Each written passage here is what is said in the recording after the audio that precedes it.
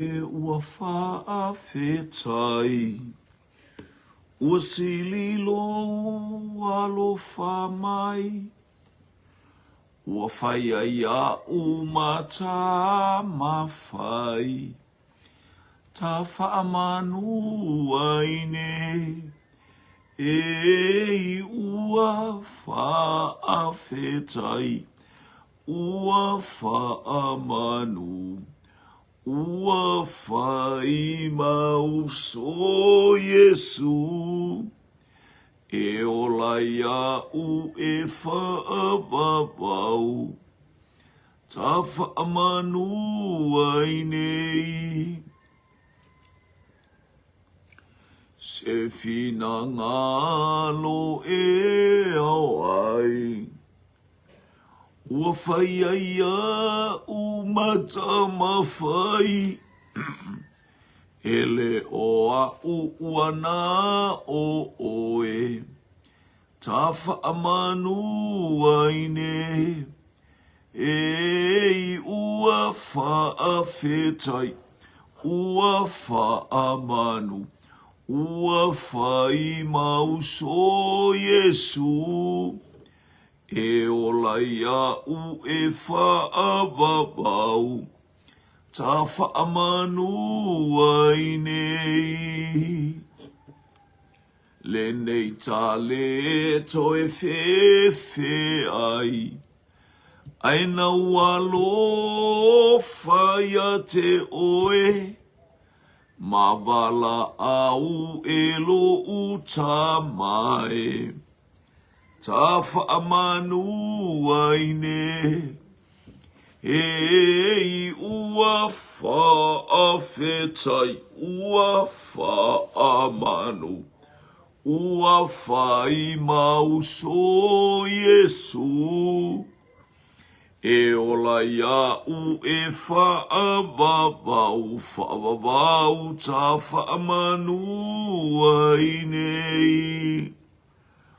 La e oi le vi inga, pale oi le vi inga, ia ta male alo male nganga pai. Ta alo ili nei ta eao, ia, anga le lei mai lau upu ta maa, alafa anganto fo ele uso ia peta ia, i la ngona oitono lona loto, wala au ia i lau. Lau pa ima lau wha maa whanawhana, anga sala lau au nai tau tala atu, anga sala fo ima ua male uso, wala au ia i lau wanga le lei. Male so ni atu ro nga pa ia fa mangalo mai ima ua o tangata nga sala ta male so au na fa mangalo ina ua le i le ore foi ma ta fia le i ma o ma mata ma tino fa mole fa mangalo mai ala ya Yesu Kristo le i ma le fa amen. Atalo fatu ni vaenga ole. Ole tai ole ai ngol fatu tua ni ele li. Ia tato i ai ile tato utus fai tau, tato i ai tato polo kalame. Ia ile anga le lei o lau fiu i ele pa i ele atua i ate i tato. O si vaenga le fia tala no ai. Ole malo longa e maua i le fatu atua. Ole malo longa e maua i le fatu atua. A tātou whalongolongo i le tāla le tusia e Peru, tau pe wha a o lona whai pumua mua eo o le whai upu e sfumaleono i a la tau whai atuai, ia via le li. Mana ia il whatalo whatu mai, nei a tau i sa mo nei, whatalo whatu i penga te whai langi, o loa ngai meisi o tātou wa inga whamanu i atu le atua i a te outou. Le nei a tātou whiwhewhe, ina watu ina mai pēa, o le upu wa fola mai ia sawa tuai ilona malolonga ne ia iso o to e fale o atu ia fale o atu ia ole malolonga le mo mia e tato ele ole malolonga ole sapati ole malolonga ile langi male ola e fa va ne je si wana le pasia le mea Lona winga afa i ele pasi lausu enga pe le pasi o ile me te feia e te le o ile malo longa leo le atua. Ua fola mai e no fai a ue no fai e no fai tātou tangata whatua tua. le tatou whaalonga o le malolonga e maua i le whaatuatua by faith e le maua i sisi mea po so au sio se apat by faith. Hallelujah. Ya le la tala no ma fai pelua au fo au afo i watala ina mai i tatou i le tala le e pei o i latou.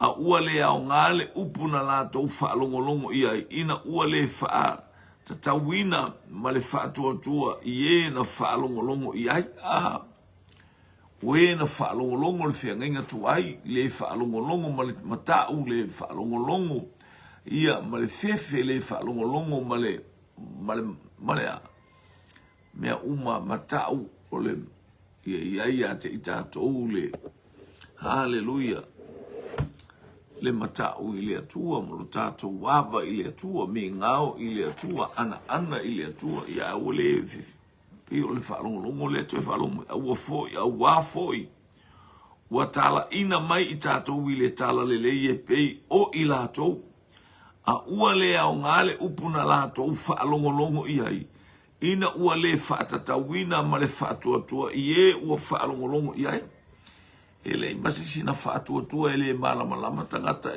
ele whaatuatua ma le talitonu le toa tele le upu ia olo lātou taunu unga le oti ia leli pele masina talo fa ropeta pele masina talo fa le taiao ma lo fa i talo vi ia leli mai le foi pule tolu awata to tele sawatu ile malolonga o itato o e waf awata to te sawatu ile malolonga o itato o e wafatu tua pei ona fetalai mai o ia pei ona fetalai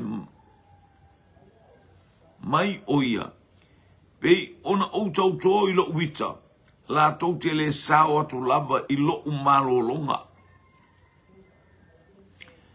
ole malolonga lava lea i ngā luenga na whaia ina ua uma o na whaawaina o le lalolangi. Tau tōle atua e le sau atu le auaenga ia tala le tusi a teutua nome le tau tō ele atua ina ua atu matala le angara to asifuru. Tangata e to asifuru lua na o e asi le no. Ai atu matala le angara to asifuru. Ai na ato lua tangata e whaia tala le leita la alolofa tala e. Whaatupu ai le loto telo le tangata e savali le savalinga lea. E wapena i tātou lo tātou iai le tātou savalinga o iai nei. E le mo mias tangata whaasala veimas tangata na te whaia ni upu whaale tonu. E le te tau on tātou whaatupuina lea i tu ai ngā langona. I ia le li lea la ua. Hallelujah. Le la uwhape mai tuspai a wā tātou te le sao atu i le malolonga. O i lātou o e ua whatotua. A wā tātou te sao atu i le malolonga o i tātou o e ua whatotua. Sao i e tangata whatotua. Talitonu. O Iesu o le li i ma le whaola. Hallelujah. Pei ona whetalai mai o ia. Pei ona o tau tō i lo uwita. Lātou te le sao atu lava i lo malolonga. O le malolonga lava lea i ngā luenga na whaia ina ua uma o na whawa ina le lalang. Ia e melenga o e ngu o kanana. Ai le uska i ngu le o mainga i aiku pito. Na whaato ulu uma pe na whasioti e le atua i le bao. Ai sea, tangata le whaalongo a ua tele wavenga na vai. O le melana e tele o po le ale tele o wavenga. Tele alu le langi ma le ola e whawaupe te ba ai wavenga. E te lea le langi ma le ola e whaamaupe a e le wha ati u a whatotua i le ato. Nei se whatotua i le ave, tātou e le atua i le malolongo le langi ma le ola e whaamau. Ia le ato whaipoe wha. O wā o whai mai le tasi upu i le aso fitu. O whapea mai na malolo fo i le atua i le aso fitu i ana ngaruenga uma. Ua toe whapea fo i le nei upu. La tau te le sawatu lava ilo umalolonga. Le malolonga le tala noa mai le aso fitu. Praise God. Ia le malolonga leo na malo ili atua i ana ngā luenga.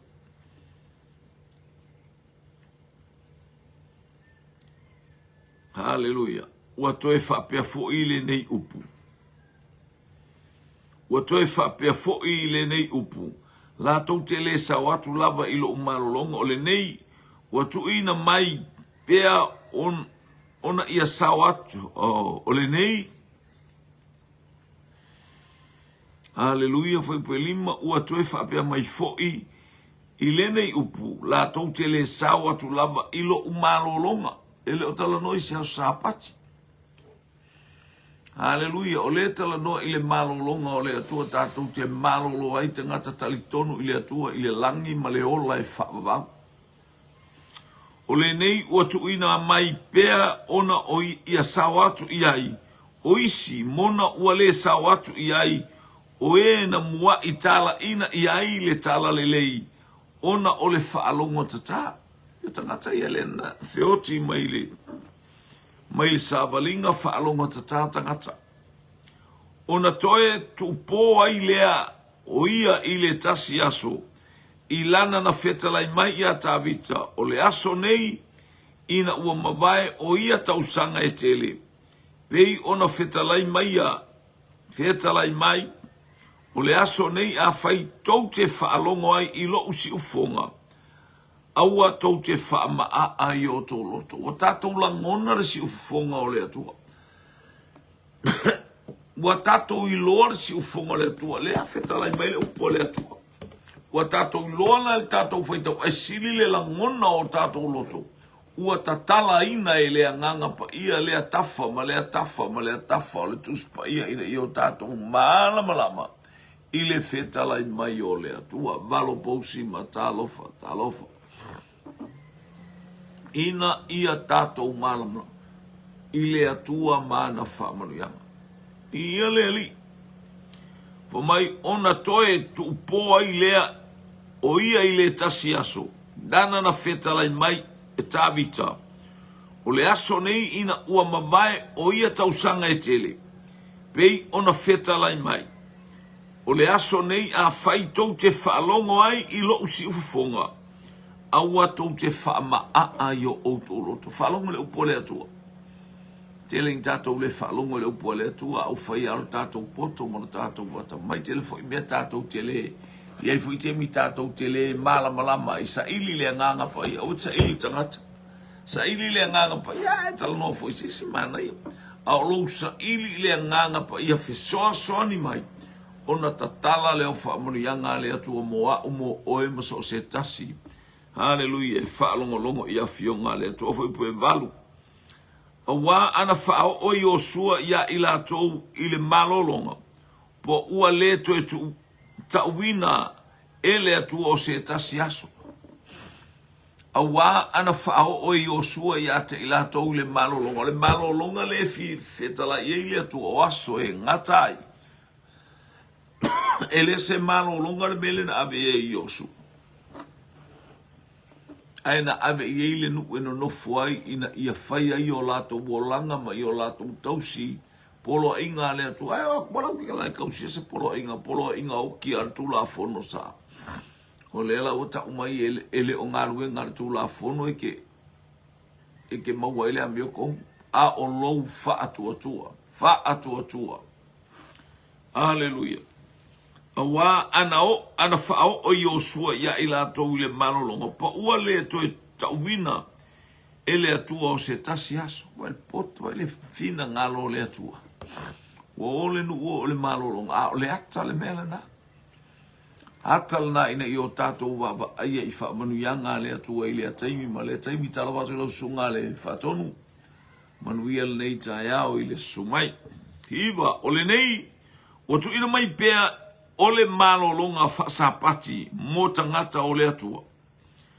Awa ole ua sawatu ilona malolonga. Ua malolo foi o ia iana lava ngā luenga. Whapei ole atua iana lava. O kau mo malolonga le o mai. Ele se malolonga whasapati toi whafomai. Ole nei ua tuina mai pea ole malolonga whasapati mo tangata ole atua. Malolonga whaasapati nā e te malolo ai o tiuti e mo whaipi wa tātou uso. Le alteimi wa e whapa ia ina I lo loto. Pa ia wailenga o oi o ngar sapati.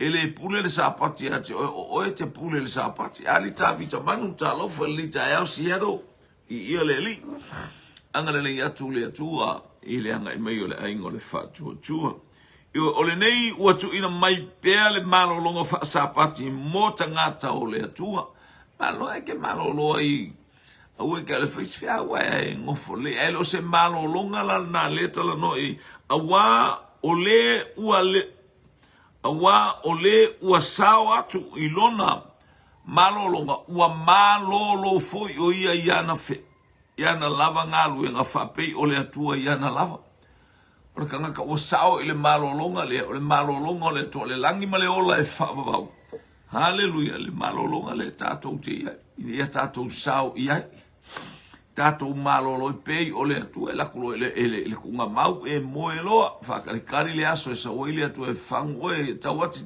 pauli talofa ia le atua le nei tae au sa oile atua e whangu oe haleluia o e moe malolo o ka se manga ia praise God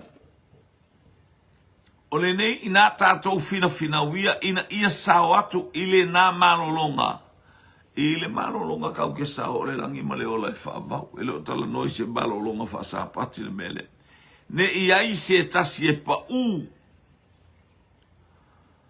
I lona wha oa o I lola tou le whalongo o le whalongo raka ngaka ole le whalongo e tupu ai le pa ne iai se pa I lola tou le whalongo le leila u whalongo tele le tangata pa ua Fai ao lato loto e pei o Saulo, fai atu Samuelu, fasioti male nu, tangata, tupu, manu, tamaiti, fafine, teine, taulele a fasioti ma awange iais, aya. Atu fafia poto, atu tangata fafia poto, fafia tamai, fia fai onga angafika, ole atua e ana le fe au fasioti, le leipe ase fe au le tangata I leisi tangata anu le ale fe au mai le atua ia te oe ia e whaatino ina e tusa ma le me fina ngalo ia ile atua ia le lako ese langa mea whai o le nei ina tātou aleluia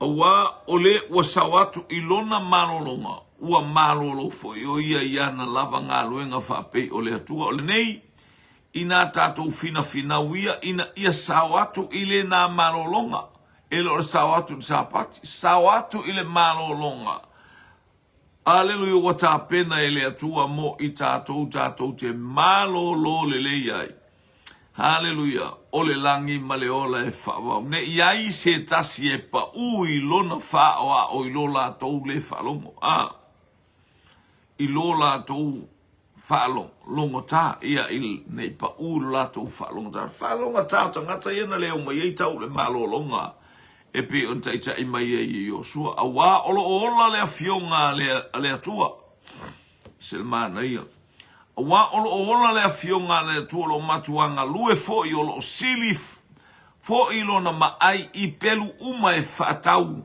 maai tu o loo vai fo I o lava I vai inga vai eseina o le loto ma le anganga o ngā tino fo I ma ano oivi o loo fasino fo I le manatu ma filifilinga o le loto haleluia ole malo longa e maua I le fatu atua. Ele se fatu atua le te tausia I sa pati. Ele se malo longa. Aleluia sa talalovi talofa longovi talofa lava vi ele tua praise kan malo le soifu. Owa olo ola le afionga le atua le upulea le ke vai mai le ua ai ola le mea. E ola. Danga ole o ke riso Yesu malona feta lai mai. Whaatonu ma au whaatonu. O loo ngā lue. Io e ngā lue ma I o tātou loto ina ia. Ola I te tonu ia te I tātou ngā lue whaatino. Le mea e fina ngalo I ai le atua. Praise God. Hallelujah.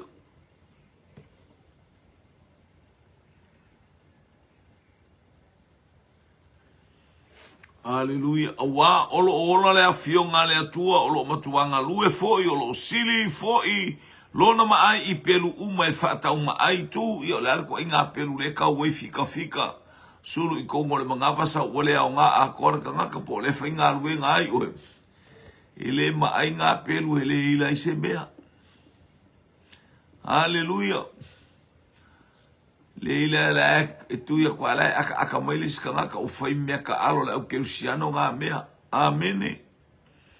Amene. I ia le ali le pelu na whaatau ma ai ona I tu o le aile kai popole I eise se kipi elo ngā uru ele popole. Pe whamai aile ono tu asa lamu o ele popole I ele au kerusiano. I ia le ali. Haleluia. O loo vai na foi o lava I vai no le loto ma le anganga ia. Ngau ngā tino ma ngau ngā ano ai le matautia. O iwi o loo wha masino foi I manatu ma filifilinga o le loto vai o I manatu e wha asino e mai ele upuleha. Ele pelu lea. Ai le fa pe ai la be le pelu fa masingo ai le maola mangalue ai le se me va pena o le nei o ia I tatou le faita ulanga silsili wa fio atu ile langi o Yesu le alo le atua ia tatou ta ofi mau ai ila tatou e tautino atu whatever you tautino you confess to mau ai ma fa maoni ai ilau mau tautino I lau filifilinga I lau tautinonga ioe aisia le wha mau uma ele upua le atua ni ia le ali praise God e te tua I lau wha atua amene wa ele iai a te itatou se whaita ulanga siri ele mawhaia ona ti ngā lofa haleluia whaatasi ma itatou yo tatou vai a ua whaoso soina o ia I mea uma pei o ilato o itato a ua le ai se anga sala ia te le mena whaoso soina Yesu pe tato alo ka kouka ke ba mulu tau te vairo ai le teine tato te vai le ta malo tato te va ai le me nga oi a pena me tato te faia le ono sai va ko e alu le uma le loku wa e alu ele uma nga luenga wa e alu ele uma polo kalame ele ise ono sai ale o ta uma ia te itatou awa ele o ia te itatou se faita ula awa ele ia te itatou se faita ula ngasili ele mafaya ona ti nga lofa fatasi ma itatou yo tatou vai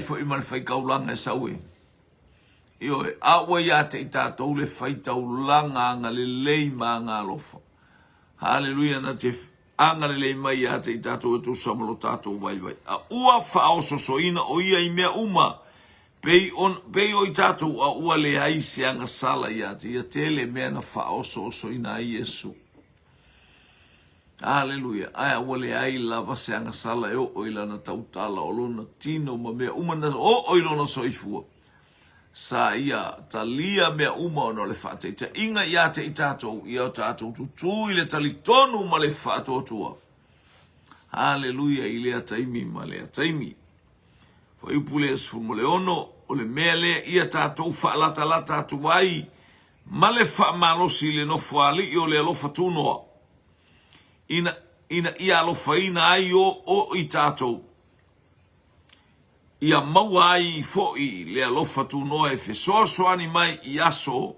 e tataua. Whaalata atu I le nofo ali I o le alofa tu noa. O le whaambai o le malo le atua o le alofa tu noa. Whaalata I le atua o na whaalata mai le o ia te I tātou. Hallelujah. Ia maua ai fo I le alofa tu noa e fesoso. Ani mai I ona aso e tataua. Mo mia tātou le alofa tu noa o le atua. Mo mia I tātou le pai mai o le atua. Mo mia I tātou mea uma e whaia I le alofa. O le alofa oai. E leo se alofa whaal tangata leanga e foi. Le alofa whaal tangata e whai e leise ono sai. A o le alofa tunoa o le atua. Whaatino ia te oepe o le whaia ia ke riso Iesu. Hallelujah. Ua maliu mo a tātou wanga sala. Ua le manatu o ia ilona i tua tua. A ua whaama walalo te isi o ia te. Ua whaimea umama mea tu o ile alofi o na vai. A ua o ia o le pulu vanga anga le lei o le whea ngainga fau. Tō mailo na toto pa ia. O lona soifua ato toina ia ola oe ola au. Mau alunga lona vi inga. Ona o Iesu il leitai au. Amen, amen, amen. To God be the glory forever and ever. Amen.